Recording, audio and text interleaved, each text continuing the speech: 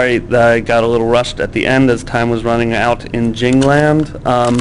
But just to sort of sum up, so Kepler's law, as we looked about before, it's saying that t squared over r cubed.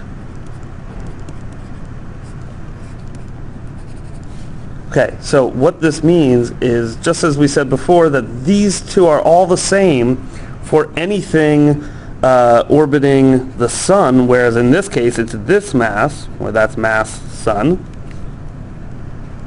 Ooh, that's beautiful. But it doesn't, so this is saying for all things orbiting this mass, this is going to be the relationship. However, it doesn't have to be the sun here. It could be the mass of the moon if it's talking about something orbiting the moon. It could be the mass of the Earth if we're talking about the satellites that go around the Earth. It can be whatever. We can get a lot of information from that, okay? So this is Kepler's third law, but in a much more helpful thing that can be applied throughout anything that's a satellite of anything else, not just the things in our solar system. Okay, bye.